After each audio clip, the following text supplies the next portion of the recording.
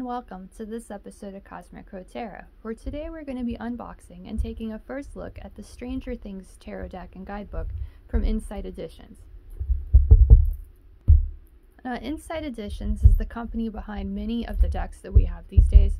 The pop culture, modern like TV shows and stuff. They're the ones that always create those because the Nightmare Before Christmas Tarot, the Star Trek Tarot, and the Disney Villains, all three of those have come from Insight Editions. And I've probably missed a few, but those are the ones that I have in my collection, and definitely ones that I share very often. But today we're not talking about them, we're talking about this deck right here. And if you are a huge fan of Stranger Things, like I am myself, then this is definitely a deck that I'm sure everybody wants to add to their collection. I'm sorry about that little glare on it, it always seems to happen. Maybe once you take it out of the plastic it won't be that bad. But here we have the back, and it shows some of the different illustrations and a little paragraph here that says Netflix's Emmy award-winning series Stranger Things has captivated the imagination of millions of viewers all around the world. Now fans can experience the series like never before with the first official Stranger Things tarot deck. Featuring original artwork inspired by classic tarot iconography, this 78-card deck comprises both major and minor arcana and depicts fan-favorite characters, imagery, and themes from Stranger Things. Then we have the side of the book, or box right there, and then the other side looks very similar and says inspired by the Netflix series. So we'll take this out of the plastic, and like we always do, we'll go through the cards one at a time and we'll see the different illustrations. Okay, plastic is off, and you can see the box opens like this. It's a very, very well put together box. It's a little difficult to get open. You have the inside right there, nothing really written on it. We have the guidebook on top, and this nice little ribbon that makes things easier to get out of. So set that aside for now. So we're not really here to look at the guidebook, we want to see the illustrations to see if this deck calls to you and if you want to purchase it for yourself. So set the deck like this, and we'll go through the cards one by one. And you can see the back there, well, before we get to the cards, has Stranger Things written on it. So this is one of the decks that you will be able to tell when you pull the card if it's upright or reversed. I don't know if that's important to you or not, but that's definitely something you can see. And there's the Fool as he steps into the underworld, and the Magician,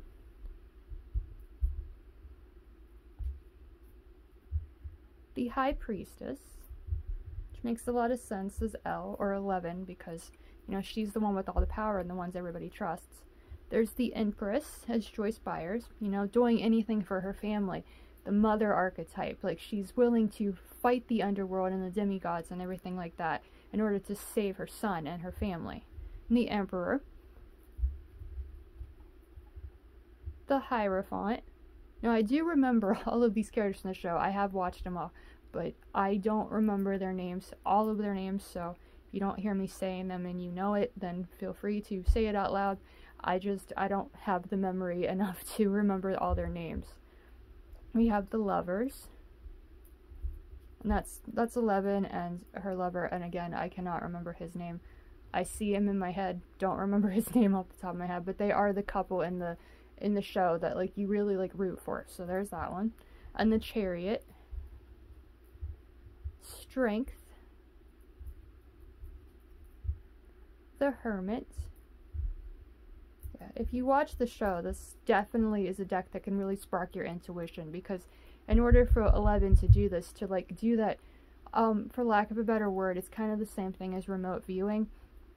She has to be alone and with her own thoughts to connect with those people and get into their in their heads. And there's the Wheel of Fortune, which is a waffle, 11's favorite thing. Justice, the Hanged Man, Death. That's from the very first season when again, don't remember their names very well. Nancy, the girl, and her boyfriend at the time, or they were interested in, left her out there to be kidnapped or taken by the underworld, and that was the end of Barb. That was the end of Barb. There's Temperance, the Devil, the Tower, the Star, the Moon, the Sun. I really like that they made that character the Sun, because he's the the bearer of positivity and just always the one that has a smile on his face. And then there's Judgment and the World. So that makes up the major arcana, and we'll move on to the minor arcana now, which apparently starts with the Queen of Dice. Now, I don't know which cards represent the different suits here. You can see there that Queen of Dice, obviously not one of the suits that we usually know, but maybe as we go through it, we'll figure out what cards actually they represent. And there's the King of Dice. Apparently, they've set up in this deck the Queen comes before the King. At least that's the way it's set up here, so that's kind of interesting. The Knight of Dice. Before we get to that, this character, I absolutely love this character. I barely even in the show, like probably for maybe 5 minutes tops. Robert Englund, the guy that played Freddy Krueger, he's one of my favorite actors of all time. Freddy Krueger is my favorite villain of all time, so that's a little tidbit about the inside of my mind. There's the Knight of Dice, the Page of Dice, the Ten of Dice. This is a little bit weird going backwards. I don't usually do this, so that's kind of interesting. We have the Nine of Dice, the 8, the 7, the 6, the 5, the 4, 3, 2, and the Ace.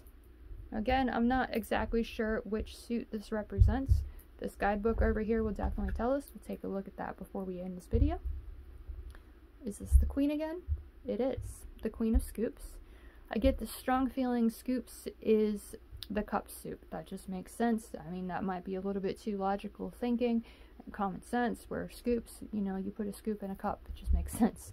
There's the King of Scoops and the Knight of Scoops, the Page of Scoops, the 10, the 9, the 8, the 7. Just have more and more ice cream. So this is definitely making me kind of want ice cream right now. The 5 of Scoops, the 4, the 3, the 2 of Scoops, and the Ace of Scoops. Now that is one thing that Inside Editions, definitely, I don't feel at least that they show as much attention to the minor arcana as they do the major arcana. So a lot of times the minor arcana is a little bit more disappointing. It's more Marseille Tarot, where the pips just aren't as interesting and as intuitive growing as the like Rider-Waite-Smith. Here's the Queen of Strands and the King of Strands. Well, this makes me think it's the suit of Wands. I don't know, strands kind of just make me think of wands and the lights and stuff like that.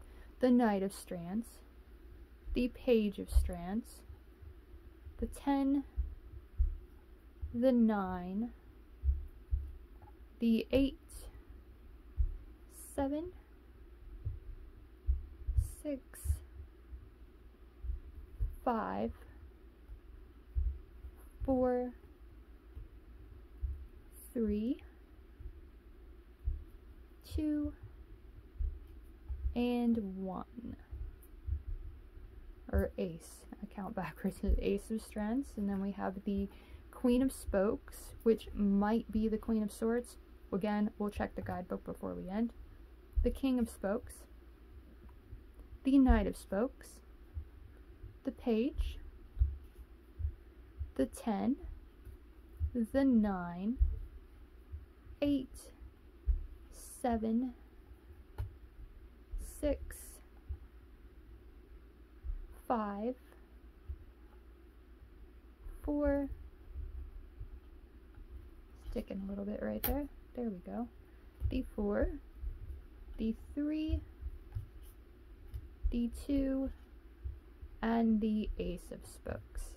So that is a look at the entire deck from the Stranger Things Tarot deck and guidebook. And I remembered his name. You know, I said Nancy and her lover. Or I don't remember where that was exactly, but Nancy and her lover. It was Steve. His name is Steve. He's like the dad of the group. He's always wanting to take care of people. So very interesting show on Netflix. If you've not watched it, I highly recommend it. It's so fantastic. The last season, which honestly, this is a little bit disappointing to me because it's very clear that they have put characters from the season 4 in there. If they didn't, the character from Robert Englund would not be in this, but they left out like 2 of the most popular characters. The villain from season 4, which I cannot remember his name in the show, right? Vecna. See, it just pops in my head once in a while. Vecna, the villain, like definitely he's up there with Robert Englund for me. You know, being able to just get in people's minds and that's how you kill him. It's just fascinating to me. But yeah, he's not in there, and everybody's fan favorite Eddie, the guy that sacrificed himself at the end. If you haven't watched Stranger Things, I'm really sorry. I'm putting all kinds of spoilers in here. But yeah, he's not in there either, which is kind of disappointing because like there's groups on Facebook that are just entirely dedicated to this man and his character. So that's a little bit disappointing. But other than that, like the illustrations are really good. Like, they're really pretty. The minor arcana kind of like leaves something to want, but we're definitely going to check in the guidebook to see what the different minor arcanas are. And we have it right here. Here, page 54 and 55 has the different elements. The suit of strands is connected to the element of fire. The suit of scoops corresponds to the suit of pentacles. I guess you have to have pentacles and coins to buy ice cream. The suit of dice corresponds to the suit of swords, and the suit of spokes corresponds to the suit of cups. So there you have the information in there. You can easily, like if you don't know, check the guidebook. That's why these books are so useful, and I really love sharing them in my readings and stuff because it's what the creator of these decks wanted you to know as well. So it's very detailed, and it has the different illustrations and everything too. It also has the upright version and the upside down, which the upside down, I was calling it the underworld this entire time. It's the upside down. It has the information for the reversed as well. So very, very awesome deck, and I was excited to share it with you today. If you follow me on the socials, I'll leave those in the description below. I will be using this deck in the very near future for our daily readings. You follow me for daily inspiration every single day of the week. This is what I love to do. It's my passion and my purpose. So by all means, if you feel like following me and you want daily doses of inspiration, then follow me on the socials. I'll leave the links in the description below. If you want a personal reading with this deck right here or any of the decks in my collection, then you can book it by sending me a message on either of the social medias. You can leave a comment under this video as well, and we can set something up that way, or you can book one straight from my website. That's always an option as well. As always, I want to thank you very much for watching this video. I greatly appreciate it. I hope you enjoyed it, and I'll see you again soon.